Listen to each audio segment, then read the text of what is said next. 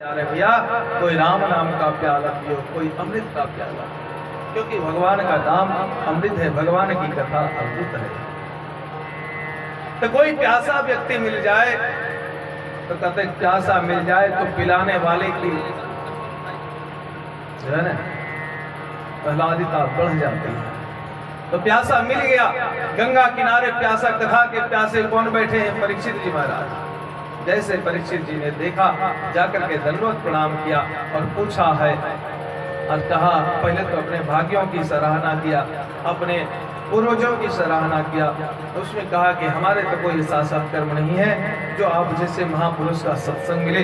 निश्चित ही हमारे पूर्वजों का कोई ऐसा पुण्य होगा कि हमारे जैसे दुष्ट राजा पर आप जैसे संत दिखाई पड़े, आपकी कृपा बरसने वाली।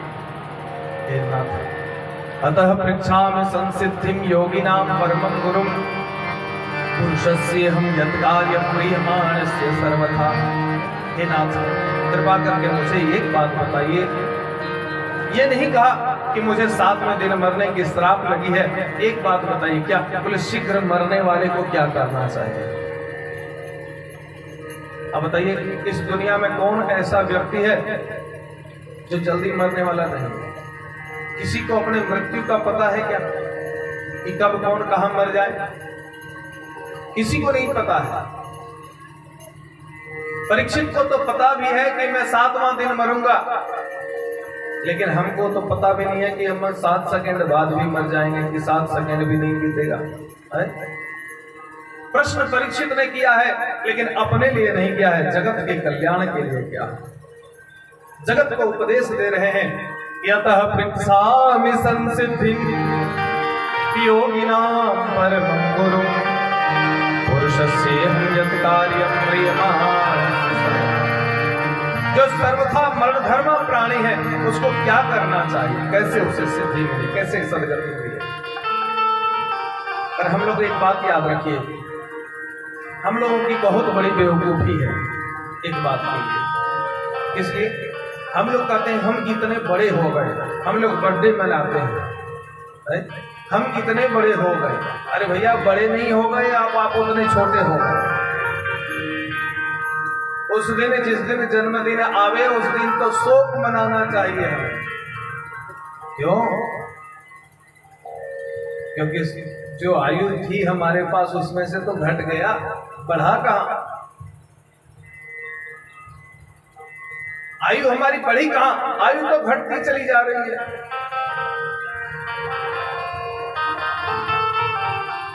परीक्षित के प्रश्न को सुन करके कहा कि वरीयारे सते प्रश्न है कृतो लोकहितं नृपः आत्मवित् संपदः पुंसः श्रोतव्या ऋषयः परः। हे राजन, तुमने जो प्रश्न किया है, बहुत श्रेष्ठ प्रश्न किया है।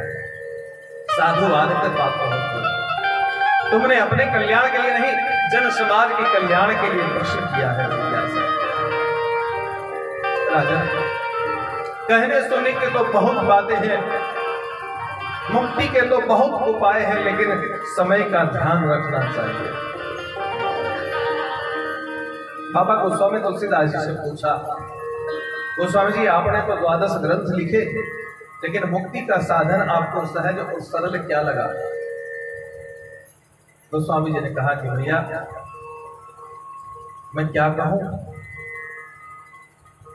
मुझे तो ऐसा समझ में आता है, राम नाम से बढ़कर के कुछ भी नहीं। भगवान का नाम ही एक ऐसा है जो तुरंत मुक्ति प्रदान कर सकता है। कहने सुने के तो बहुत बातें। हे राजन, अल्प तो अवधीयता में बहुत सोच पोच करवे को बहुत है काहकार कीजिए। पार न पुराण हो को वेद हो को अंत नाही, वाणी तो अधिक कहाँ कहाँ। काव्य की कलाय अनंत छंद को प्रबंध नाही, राग तो रसीले रस काहकार कीजिए। लाखन में एक बात तुलसी बताए जा, जन्म जो चाहो सुधारे तो बस राम नाम। भैया, भगवान के नाम के बिना कल्याण नहीं हो सकता। जी ने कहा कि बारी मथे धृत होई पुनि और सिकता दे बरुते, लेकिन बिनु हरि भजन न भव करही यह सिद्धांत अपे। इस सिद्धांत को कोई मिटा नहीं सकता। बिना भजन का किसी का गति नहीं हुआ, कोई टाल नहीं सकता। याद संदेह प्रश्न आपका प्रश्न बहुत, लेकिन राजा समस्या बड़ी विचित्र है। क्या समस्या यह है कि लोग आयुर्नस्य विपश्यताम प्रतिदिनम यात्यक्षयं न यौवनम प्रत्यायान्ते पुनर्गता न दिवसा कालो जगत भक्षक लक्ष्मी स्तोय तरंग भंग चपला विद्युत चलम जीवनम तस्मान् मां शरणागतं शरणद त्वं रक्ष रक्ष माधुरा। कितनी अच्छी बात है, कितने प्यारे श्लोक हैं ये सब। ये सब याद करने का है, नोट करने का। कहते हैं कि राजन आयुर नश्यति पश्यताम प्रतिदिनम, लोग देख रहा है कि दिन रात क्षण क्षण करके हमारी आयु घटती चली जा रही है, लेकिन फिर भी लोग एहसास नहीं करते कि हमारी आयु कम होती चली जा रही, उम्र हमारा घटता चला जा रहा है। और वो खुशी मनाता मैं तो बड़ा हो गया। आयुर्नश्यति पश्यताम प्रतिदिनम याति क्षयं यौवनम, जवानी भी जाती चली जा रही है, लेकिन फिर भी लोगों का चेत नहीं आता। कहते जो दिन बीत गया प्रत्यायांत पुनर्गता न दिवसा, जो दिन बीत गया वो लौट के आने वाला नहीं है। हर किसी को पता है, लेकिन इसका ध्यान नहीं करता। कालो जगत भक्षक, काल एक ऐसा है जो सारे संसार को खा रहा है, सबको खाएगा। बूढ़ा हो, जवान हो, बच्चा हो, स्त्री हो, पुरुष हो, नपुंसक हो, नर हो, नारी हो, कोई भी हो, काल सबको खा जाएगा।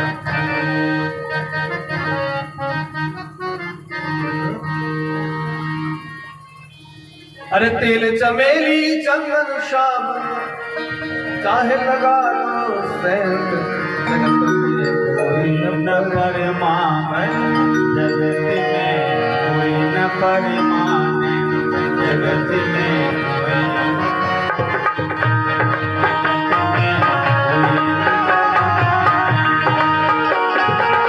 तेल चमेली चंदन साबुन, तेल चमेली चंदन साबुन चाहे लगा लो सेंट, जगत में कोई न परमाने, जगत में कोई न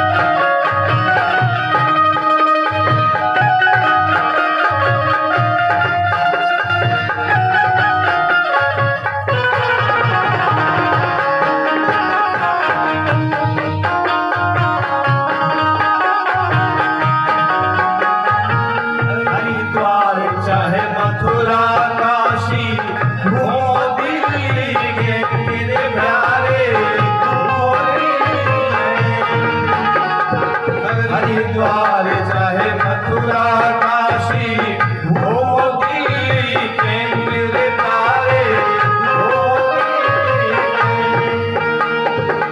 मन में राम प्रभु का राखो, मन में राम प्रभु का राखो, धोती पहना दिया पैर जगत में कोई खबर नहीं, जगत में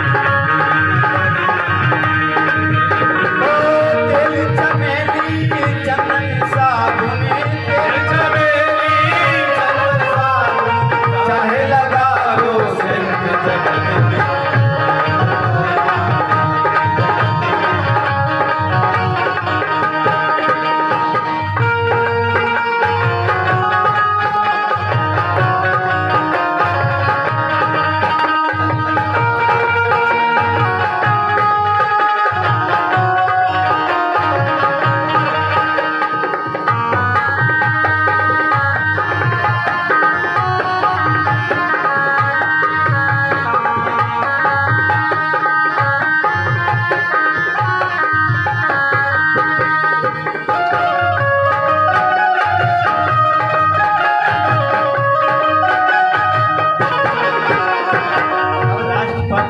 चाहे जनरल कर्नल चाहे हो लेफ्टिनेंट तेरे प्यारे, चाहे हो राष्ट्रपति चाहे जनरल कर्नल चाहे हो लेफ्टिनेंट तेरे प्यारे, चाहे हो काल सभी को खा जाएगा, काल सभी को खा जाएगा,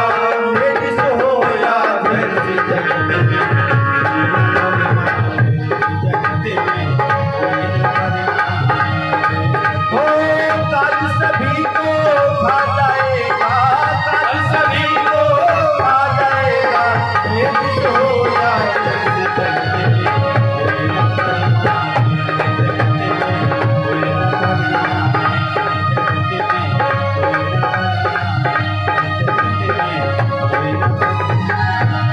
बोलिए भगवत्सल भगवान की जय, जय श्री राम। हे राजन, आदमी सब कुछ देख रहा है लेकिन फिर भी चेतता नहीं है। राजन, मुक्ति के लिए बहुत साधन करने की आवश्यकता नहीं है। मैं 4 बात आपको बताऊं, ध्यान से सुनना। क्या? अकामः सर्व कामो वा मोक्षकामः उदारयति, तीव्रेण भक्ति योगेन यजेत पुरुषं परम। जिसको मुक्ति की कामना है वो एक काम करे। क्या? और वो बेटा नाती राजपाट धन दौलत रोग विघ्न आदि की बातों को न सोच विचार करके इन सभी से छुटकारा पाने के लिए यथा इन सभी को पाने के लिए चेष्टा न करे। भगवान से कामना क्या करे? अकाम सर्व काम हुआ, सभी कामना का परित्याग कर दे और भगवान की शरणागति को ग्रहण कर दे तीव्र भक्ति के साथ। और 4 काम क्या है?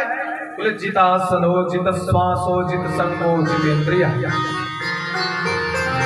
सबसे पहले आसन को जीते, एक आसन में बैठने का प्रयास।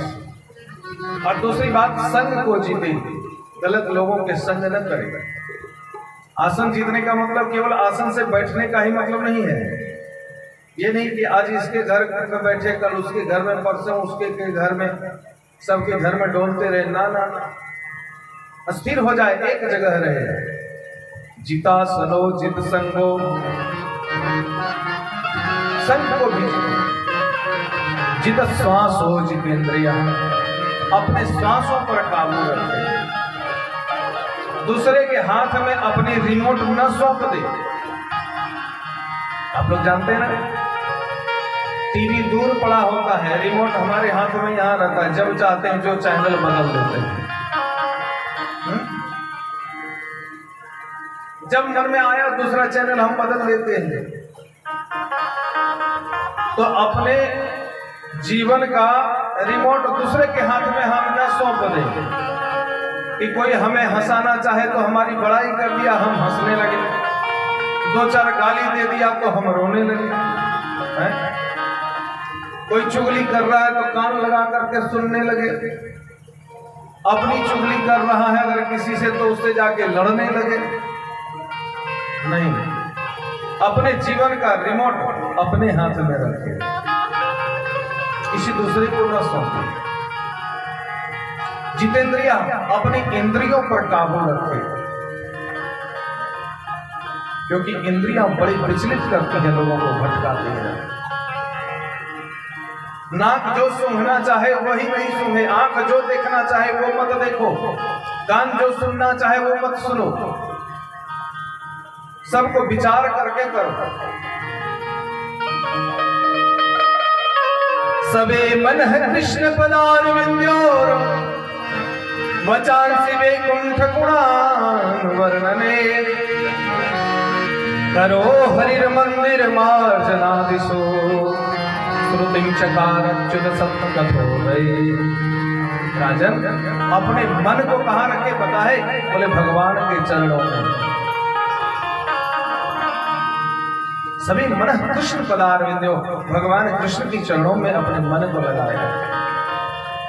वाणी से अगर कुछ बोलने की बात आवे तो वचान से वैकुंठ गुणान वर्ण में भगवान के ही गुणों का गायन करना चाहिए।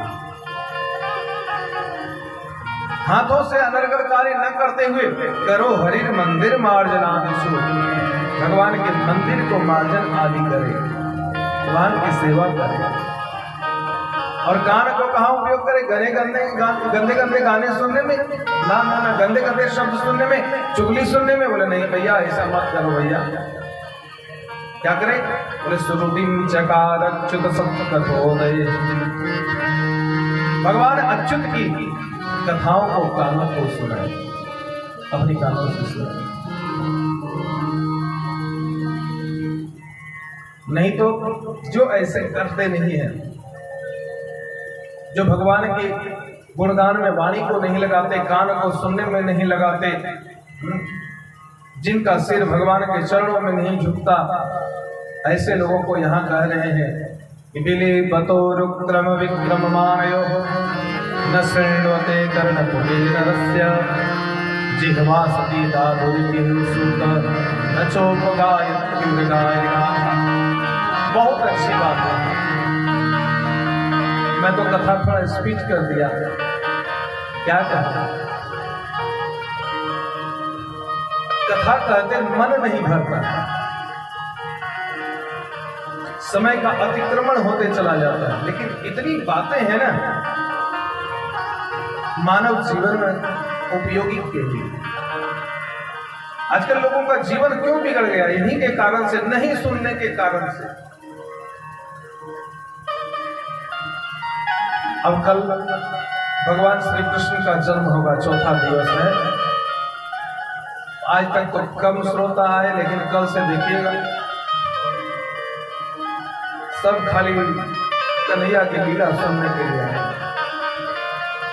और फिर उसमें शंका करेंगे, भगवान होकर के ऐसा क्यों करते? ऐसा कृष्ण करे तो लीला और हम करें तो प्रश्न खड़ा कर देते हैं। पहले सुनो तो सही, पहले उसकी शुरुआती तो सुनोगे। जड़ तो देखा नहीं, फल फूल को देख रहे हो, सुन रहे। कहते जो अपने कानों को भगवान की कथा के सुनने में नहीं लगाता, उसका कान नहीं है। कान के जगह पे क्या? अपने सर्प के बिल के समान।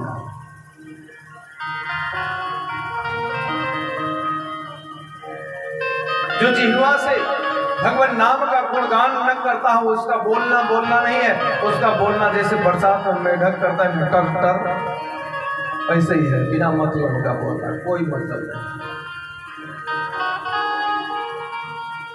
जिसका सिर भगवान संत सदगुरु के चरण में झुकता नहीं है, मानो वो सिर क्या है? बोले कट तुम पर तुम होगा, वो कुम्हड़े के समान पड़ा हुआ।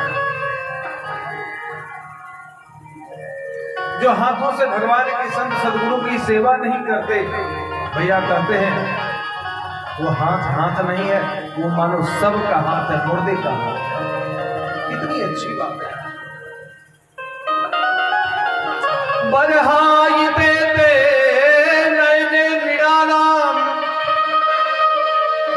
लिंगानि विष्णु ननिरी सतोरे पादो मृणांतो ध्रुम जन्म भाजो क्षेत्राणि नानुप्रजतो हरेरी।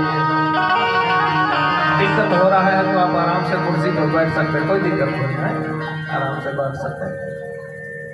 हम लोग का तो अभ्यास हो गया है बैठने का, जिनका नहीं है उसको दिक्कत होता है। हम तो 8-8 घंटे लगातार आसन पे बैठे रहे।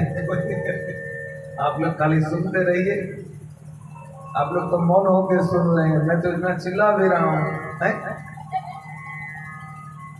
परेशानी तो हमको ज्यादा होना चाहिए, लेकिन नहीं,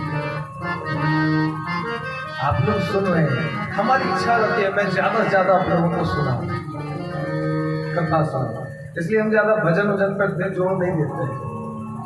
और न दुनिया के हम चुटकिला उटकिला पर ज्यादा ध्यान नहीं रखते, कथा पर ध्यान, सिर्फ कथा पर ध्यान। जितना हो भगवत चर्चा आनंद आता है। कहते हैं वो आंख आंख नहीं है जिससे संत सदगुरु भगवान का दर्शन न किया जाए। वो आंख की जगह पे क्या है, बोले मोर के पंख में आंख नहीं बने रहते क्या, उसमें भी आंख का चित्र बना रहता है, उसका आंख समझ लो ऐसा ही है।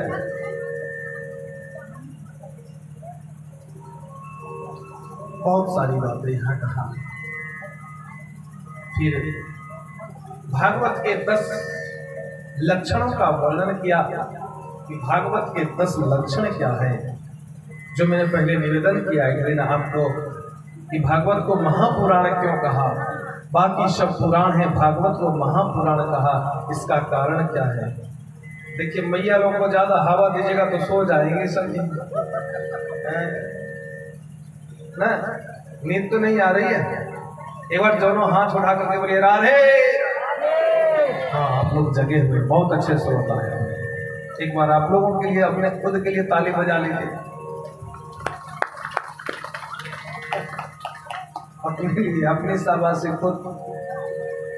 हमारे गुरुजी भागवत जो पढ़ाते थे अब नहीं रहे, परम पूज्य श्री शिवकरण पांडे जी वृंदावन में श्रीनाथ धाम में जो भागवत पढ़ाते थे, वो कोई बात बोलते थे और श्लोक की व्याख्या करते थे, उसके बाद व्याख्या करने के बाद कहते थे क्यों यही होगा ना।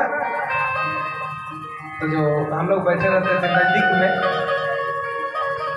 तो हम लोग कहते थे जी गुरु जी व्याकरण से तो यही बनेगा, तब वो अपने पीठ पर कहते थे बाहर हमको भी व्याकरण आती है, अपना पीठ खुद ठोकते थे हंसी करने के लिए। तो ऐसे आप लोग अपने लिए एक बार ताली फिर बजा लीजिए। जय जय श्री राम।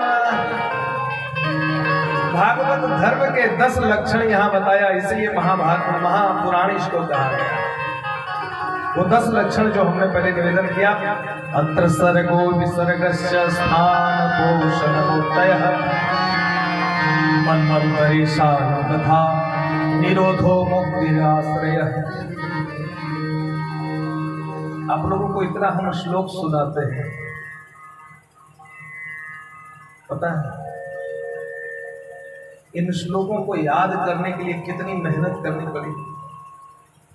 आप भले इसका महत्व नहीं समझ पा रहे हैं,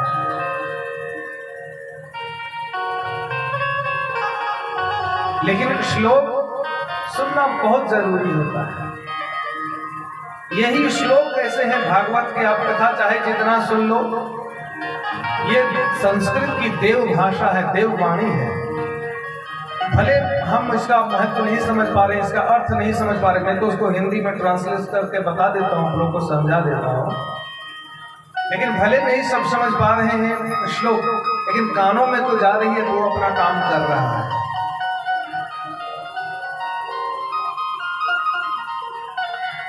ये बहुत फायदे की बात है। भागवत जी में 18,000 श्लोक हैं, और कहना नहीं चाहिए, संतों की सद्गुरु की कृपा से हमें 9,000 से ऊपर श्लोक कंठस्थ है भागवत के।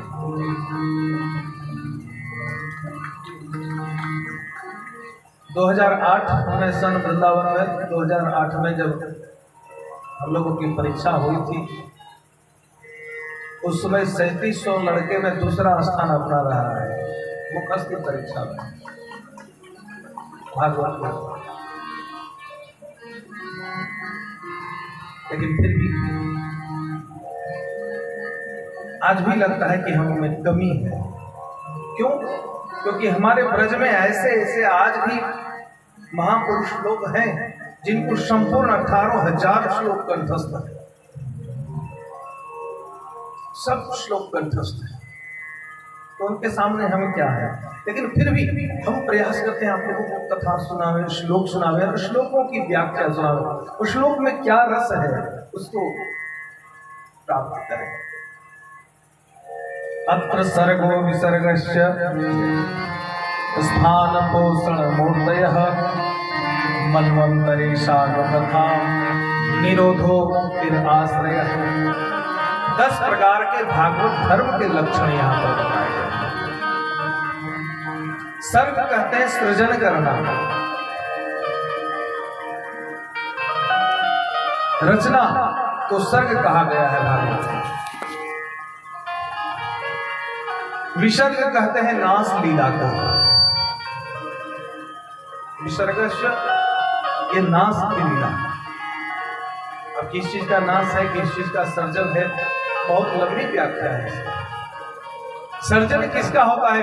हमारे शरीर के अंदर में सुंदर बुद्धि के विकास का सर्जन हो, ये भागवत सर्जन करता है। हमारे अंदर में अच्छी बुद्धि हमें अच्छे मार्ग पर चलने का रास्ता दिखाता है भागवत। नाश किसका करता है? बोले अज्ञानता को नष्ट करता है।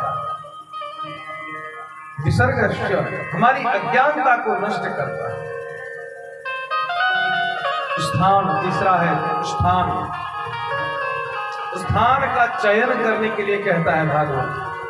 भागवत कहती है तीसरे स्थान में क्या कि सुंदर से स्थान का चयन करो, कहां जाना है कहां नहीं जाना है। आज की समस्या ये है, जहां मुझे जाना चाहिए कथा कीर्तन में आना चाहिए, क्या इस पलौजिया में इतने ही लोग हैं? आपके गांव में इतने ही लोग हैं? यहां सबको आना चाहिए तो नहीं आया। लेकिन अभी यहीं अगर कोई दूसरा कोई हीरो हीरोइन आता कोई नाच लगता तो देखते कबार फटाफटी हो जाता देखने के लिए, है ना?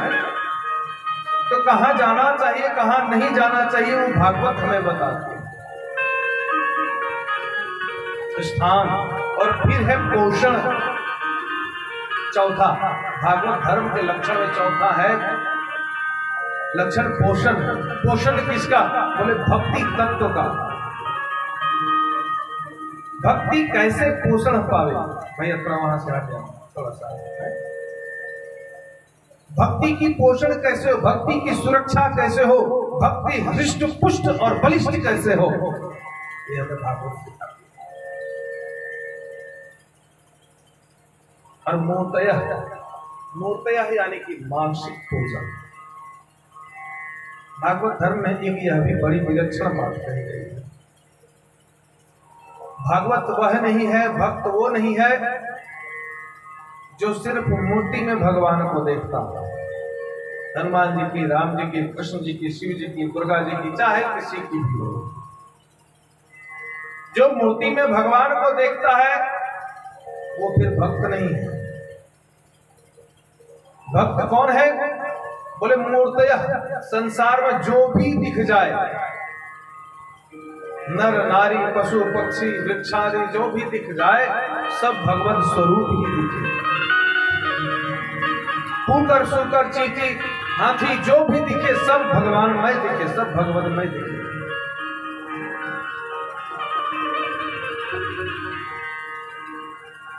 कथा है नामदेव जी का। नामदेव जी ने रोटी बनाई और रोटी बना करके रखा और कुटिया के अंदर गए घी लाने के लिए कि रोटी में घी लगाएंगे फिर भगवान को भोग लगाएंगे।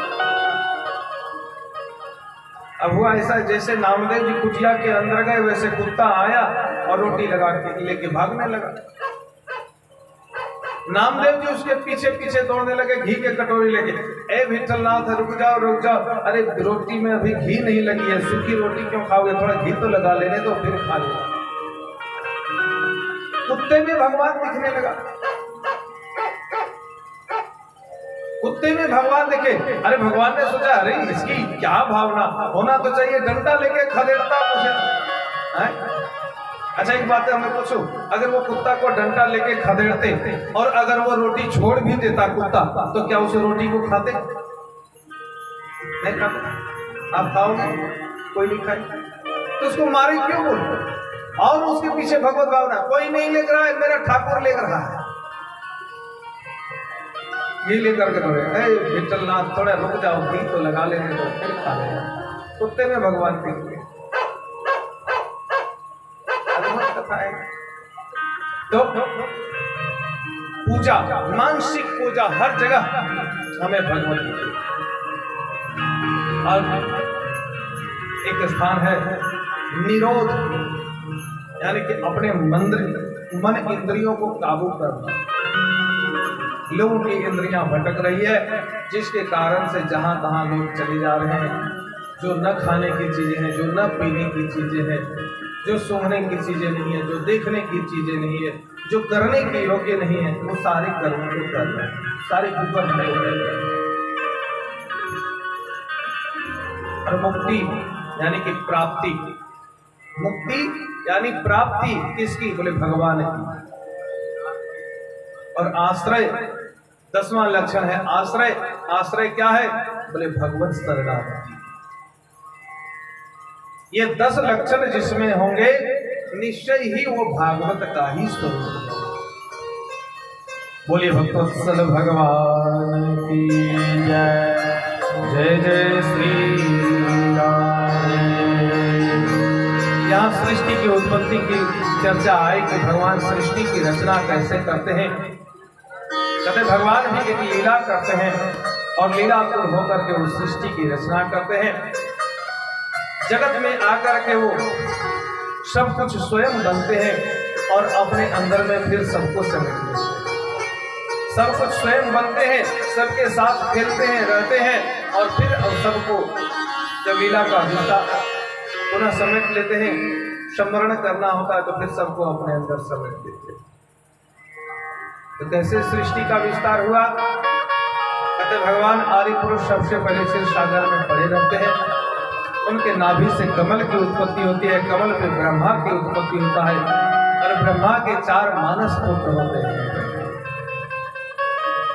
पहले तो ब्रह्मा का कोई संतान नहीं होता है, एक सिर वाला होता है ब्रह्मा। ब्रह्मा जी ने चारों तरफ देखा घूम करके तो उनके 4 मुंह हो गए ब्रह्मा जी के। और वो सोचने लगा मैं क्या करूं, तब उसे तप सुनाई दिया और तब ब्रह्मा जी ने तप किया। तप करने के बाद उनके 4 पुत्र हुए, सनक, सनंदन, सनातन, सनत कुमार।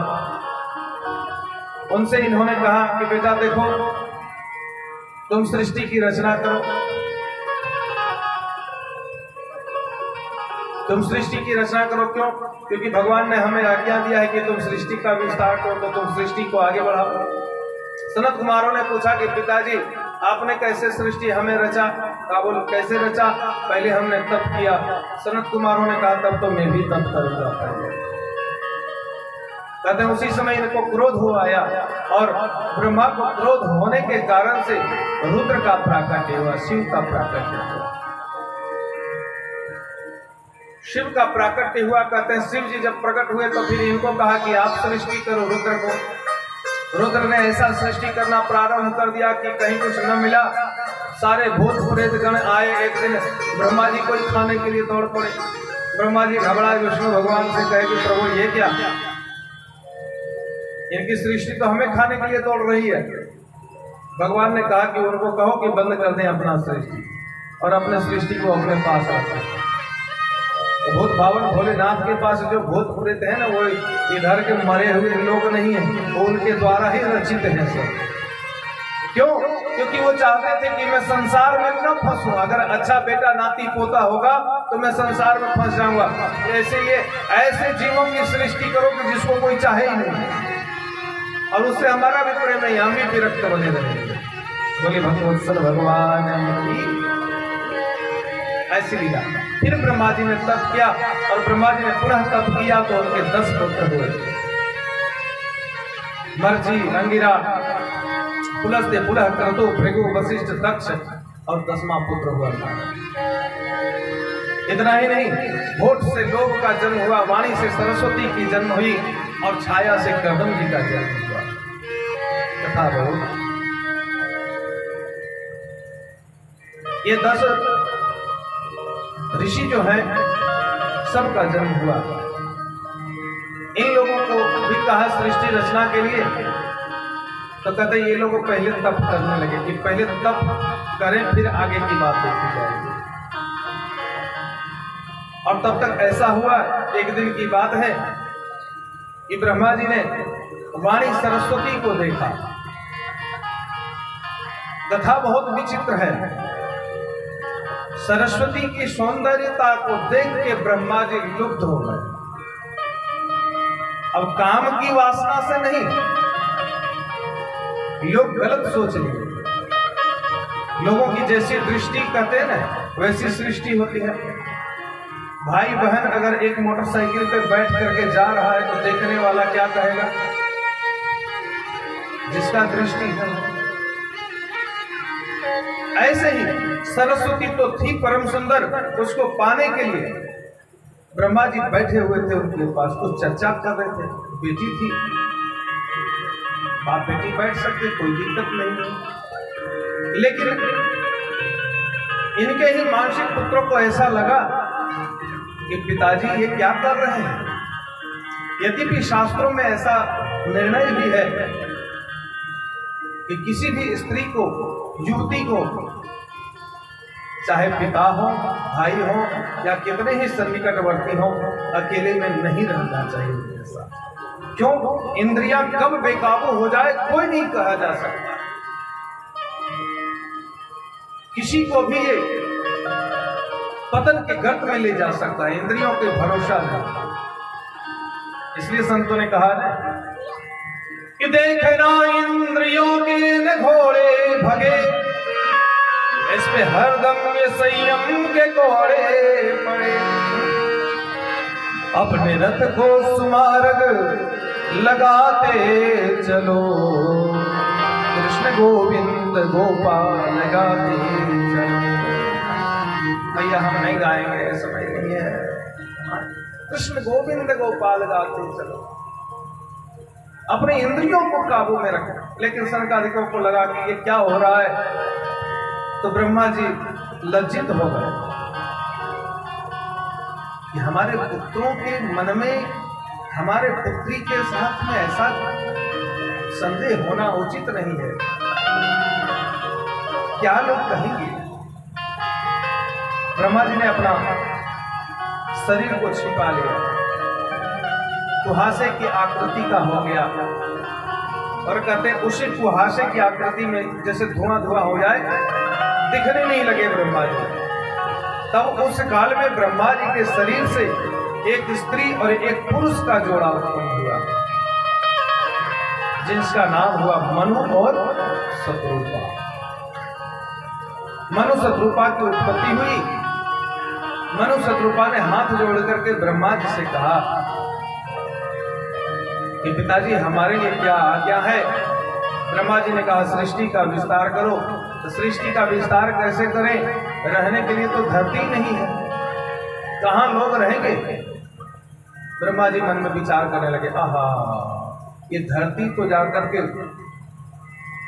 हिरण्याक्ष इसको छिपा रखा है, इसको ले जाकर के पाताल में छिपा रखा है, और ऐसे नहीं इसको विष्ठा से लपेट करके छिपा रखा है। तो कैसे होगा? कहते ब्रह्मा जी जब चिंता कर रहे थे, उसी समय ब्रह्मा जी के नासिका क्षेत्र से वराह भगवान का प्राकट्य हुआ। बोले वाराह भगवान की जय। और वाराह भगवान प्रकट हुए, देखते ही देखते बड़ी आकृति ले लिया और तुरंत जहां बस उस राक्षस दैत्य ने ले जाकर के पृथ्वी को छिपा करके रखा था, जाके वहां से पृथ्वी को निकाला है। तो निकालने के क्रम में वह हिरण्याक्ष जो था वो आया सामने, कहा कि मेरी ये वसुधा है, हमने इसे छिपा करके रखा था, तुम क्यों लिए जा रहे हो उसे, ये मेरा है। भगवान ने कहा कि बताओ, अभी धरती तो निकली भी नहीं है, स्थापित भी नहीं हुआ, मेरा मेरा करने वाला आ गया। रुक जाओ, मैं पहले इसको बाहर निकालूं फिर बताओ। और बाहर निकाल करके धरती को जो ही स्थापित किया, कहा कि अब आओ, बोलो क्या कह रहे थे। बोले तुमने हमारी चुराई हुई संपत्ति को, छिपाई हुई संपत्ति को क्यों निकाल लिया, ये वसुधा मेरी है। भगवान ने कहा रे मूर्ख, ये धरती किसी की नहीं है। आजकल हम लोग भी कहते हैं इतना जमीन मेरा है, ये मेरा है, ये मेरा है, किसी का कुछ भी नहीं है। तो मेरा मेरा करने वाला मरेगा। भगवान ने देखा, इधर से मारा, एक तमाचा खींच करके उसका तेजस्वी आराम हो गया। भैया वसुधा किसी की नहीं है, पृथ्वी किसी की नहीं है, ये भोग्या है, अपना नहीं हो सकता। फिर यहां पर प्रश्न किया कि ये हिरण्याक्ष कौन था, तो इसकी चर्चा आई। हिरण्याक्ष और हिरण्यकश्यप दो भाई हैं, ये दो भाई की जन्म की कथा आई। ये कश्यप के पुत्र हैं। अब किस प्रकार से इसकी उत्पत्ति हुई, कहते ये हिरण्याक्ष हिरण्यकश्यप कोई और नहीं, ये भगवान के दो पार्षद हैं, जय और विजय। इसकी भी बहुत विचित्र कथा है। भगवान के मन में एक लीला करने की इच्छा हुई। कब? जब लक्ष्मी जी भगवान श्री हरि के चरण को दबा रहे थे, तो चरण दबाने के क्रम में लक्ष्मी जी को ध्यान में आया क्या कि हमारे स्वामी तो बहुत सुकुमार हैं, लेकिन ऋषि लोग इनको बहुत कठोर भी कहते हैं। तो सुकुमारता का तो अनुभव हो रहा है, मैं इनके चरण को छूती नहीं हूं डर के मारे, मैं अपने आंचल से इनके चरण की सेवा करती हूं कि कहीं हमारे हाथ न पड़ जाए, इनके चरण पे इनको दर्द हो जाए, तकलीफ हो जाए। लेकिन भगवान कठोर भी है, ये मैं कैसे मानूं? तो कहते भगवान तो लीलाधारी है। भगवान ने तुरंत लीला से बुलाया जय विजय को, पूछा कि तुम कौन हो? कहा बोल नाथ मैं आपका सेवक हूं। जय विजय आया सामने। बोले सेवक का फर्ज क्या होता है? बोले स्वामी की आज्ञा का पालन करना। अच्छा, तो मैं जो कहूंगा वो करोगे? बोले बिल्कुल। भगवान ने कहा कि तुम लोग अपनी अपनी गदा लेकर के मेरे छाती पर प्रहार करो।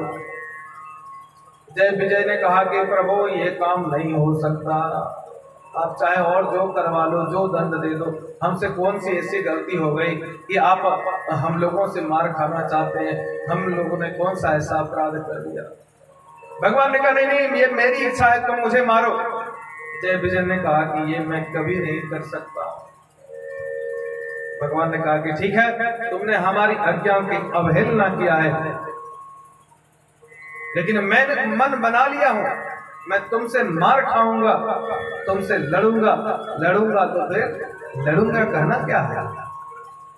इस जन्म में नहीं, अगले जन्म में सही। सनत कुमारों को प्रेरणा दिया। सनत कुमार लोग आए, वैकुंठ में प्रवेश करना चाह रहे थे, लेकिन वैकुंठ में प्रवेश करने के क्रम में इन्होंने सनत कुमारों को रोक दिया। संत कुमारों ने रोका कि तुम भगवान, सनत कुमारों ने कहा कि तुम भगवान के पास रह करके भी भगवान के दर्शन से वंचित करते हो। जाओ, मैं तुम्हें श्राप देता हूं कि तुम 3 बार हमने तुम लोगों को तुमने रोका, 3 जन्म तक तुम असुर बनोगे, राक्षस बनोगे। और वही जय विजय उन सनकादिकों के श्राप के कारण से भैया राक्षस बने, दिति के पुत्र बने और इन्होंने पृथ्वी को छिपा लिया था। भगवान ने आज इसका उद्धार किया। कहते हैं जब हिरण्याक्ष का वध हुआ तो हिरण्यकश्यप इसके भाई ने देखा कि ये विष्णु ने हमारे भाई को मार दिया, तो मैं जाऊं तप करूं और तप करके मैं इतना वर प्राप्त कर लूंगा कि मुझे कोई मार ही ना सके। वो तो तप करने के लिए चला गया। इधर मनु शत्रुपा के 2 पुत्र प्रियव्रत उत्तानपाद और 3 पुत्री हुई आकुति, देवहूति और प्रसूति। आकुति का विवाह रुचि प्रजापति के साथ, देवहूति का विवाह कर्दम ऋषि के साथ और प्रसूति का विवाह प्रजापति दक्ष के साथ। कहते तीनों का विवाह हुआ, लेकिन देवहूति के पुत्र हुए कपिल जी महाराज, जो साक्षात भगवान ही रहे। बोले कपिल भगवान की। कपिल जी का जब प्राकट्य हुआ तो भैया इनके पिता ने कपिल भगवान के मुख को देखा और तुरंत वन की ओर चले गए। और फिर इधर इनकी मां ने आकर के आज प्रार्थना किया है एक दिन अपने पुत्र से कि बेटा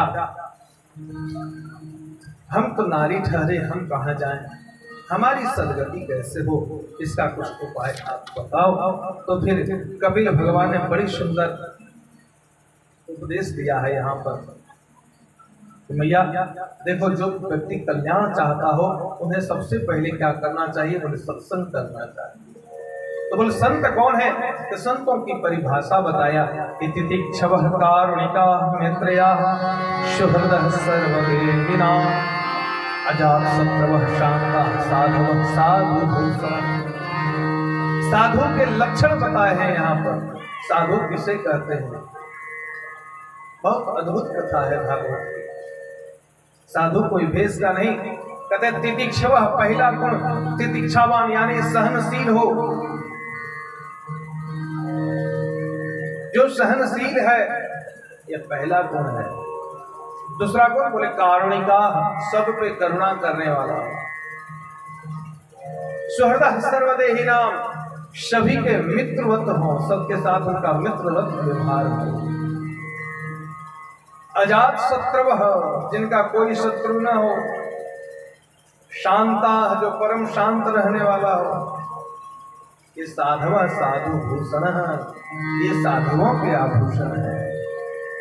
अब बात बात पे क्रोध करे, बात बात पे गोली बंदूक ताने, बात बात पे गाली निकाले, बात बात पे लड़ जाए, गृहस्थों से ज्यादा झंझट पाल ले, साधु का लक्षण वो नहीं है। सदाम संगात मनयो, हमेशा जो भगवत भक्ति में तल्लीन रहे मां, उसे संत कहते हैं। और ऐसे संत मिल जाएं तो समझ लो प्रथम भगति संतन कर संगा। पहली भक्ति संतों का संग है, दूसरी भक्ति भगवान की कथा है, तब गुरुपद पंकज सेवा, तीसरे भक्ति मान, चौथी भक्ति मम गुण गण करई कपट प्रतिदान। चौथी भक्ति का ऐसे ऐसे यहाँ पर कहा। बहुत सुंदर बात है। कहते हैं भगवान का यहाँ उपदेश सुन करके माता देवहूति का मन में परम वैराग्य हुआ और फिर ये भगवत भजन में यहाँ लीन हो गई। आगे की कथा आई। आगे की कथा भगवान शिव के विवाह की चर्चा जो सती से हुआ, दक्ष की पुत्री सती से। कहते सबका संतान हुआ, लेकिन सती का कोई संतान नहीं हुआ। क्यों? क्योंकि ये अपने पिता के यहाँ जाकर के जल गई, अपने पति का अपमान देखी, जिसके कारण से आगे चल करके और कथा आई। उत्तानपाद के पुत्र हुए ध्रुव। उत्तानपाद की 2 पत्नियां सुनीति और सुरुचि है।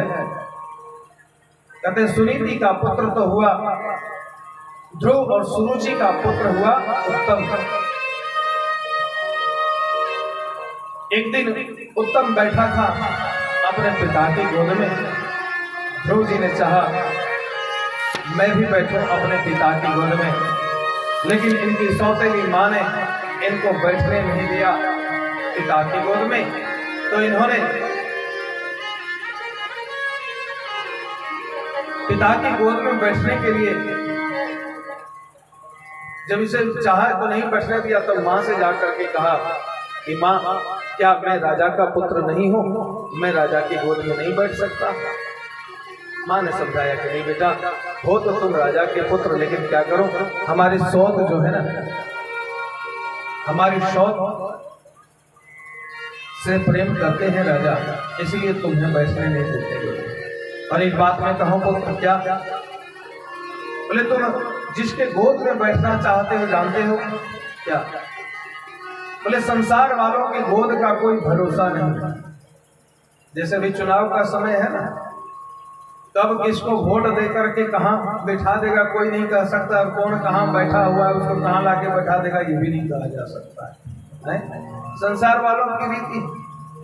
आज लोगों को बीजेपी अच्छी लगती है, कल कांग्रेस लगता था, अब कोई और, कोई गारंटी नहीं किसकी कब क्या होगी।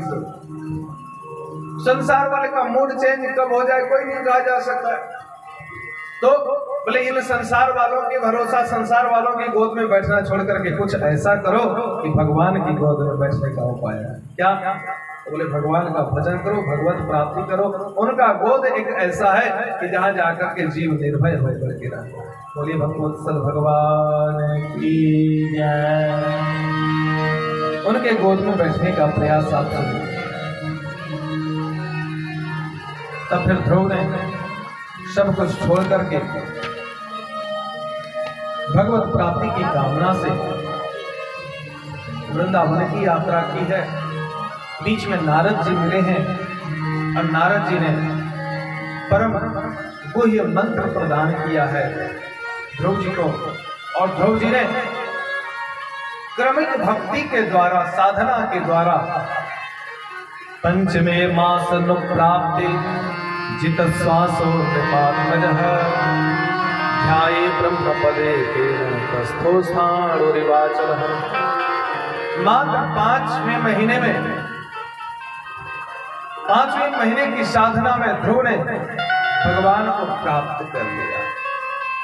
भगवान को इनके सामने प्रकट होना पड़ा, क्योंकि इतना तीव्र इनका तप रहा, इन्होंने श्वास तक लेना छोड़ दिया। खाने पीने की तो बात छोड़ो, आज देखो थोड़ी सी लेट हो रही है तो लोग कथा सुनना छोड़ दे रहे हैं, तो कहाँ भगवान मिलेंगे? राधे राधे। भगवान आए, आकर के ध्रुव जी को दर्शन दिया। बोले भक्तवत्सल भगवान की जय। ध्रुव जी को दर्शन दिया। ध्रुव जी ने भगवान का स्तुति किया। योऽन्तः प्रविश्य मम वाचमिमां प्रशुक्लां संजीवयत्यखिल शक्तिधर सुधाम्ना अन्यास्य हस्तचरण श्रवण त्वगादिं प्राणं नमो भगवते पुरुषाय। ध्रुव जी ने वर प्राप्त किया, जाकर के पुनः राज सिंहासन पर घर बैठे। 36,000 वर्ष तक इन्होंने राज्य शासन किया। आगे की और कथा विस्तार से मैं आप लोग कल के लिए निवेदन करूं। आज तक आप लोग जैसे आए, कल आप सभी लोग जितने माताएं भाई बंधु हैं सब लोग पीले पीले ड्रेस पहन करके आए हैं, एक ड्रेस में। कल हमारे श्याम सुंदर का प्राकट्य है, और आज तक जो आप लोग चढ़ाए तो ठीक, और जो न चढ़ाए उनके लिए भी ठीक, लेकिन कल खाली हाथ नहीं आना है। कल सबके हाथ से बधैया लेना है? और बधैया में केवल पैसा ही नहीं, हाँ, अब जिसको जो दोगे वो मिलेगा। भगवान को पैसा दीजिएगा तो पैसा मिलेगा, और वस्त्र आभूषण प्रदान करोगे तो वो तुम्हें मिलेगा। भगवान को क्या दान करना चाहिए, क्या देना चाहिए? जो अपनी प्रिय वस्तु हो, जो आपको सबसे ज्यादा प्रिय लगता है वो भगवान को दान करो। और भेंट के साथ साथ में आप लोगों को भी अपने अपने घर से बधाई लुटाने के लिए टॉफी वगैरह जो भी लाने की, खिलौने वगैरह जो भी लाने की इच्छा हो, सभी लोग कल लेकर के आएंगे। खाली हाथ कोई नहीं आएगा। क्यों? क्योंकि किसी के यहाँ जब बालक का जन्म होता है तो उसके यहाँ हम लोग खाली नहीं जाते हैं, तो यहाँ भी हम लोग खाली नहीं जाएंगे। कल खाली यहाँ नहीं आएंगे और न खाली हाथ जाएंगे। खाली हाथ कल जाना भी। आए सभी लोग भगवान के दरबार में हाजिरी लगा लें, झूमते हुए मैं तो जपो सदा।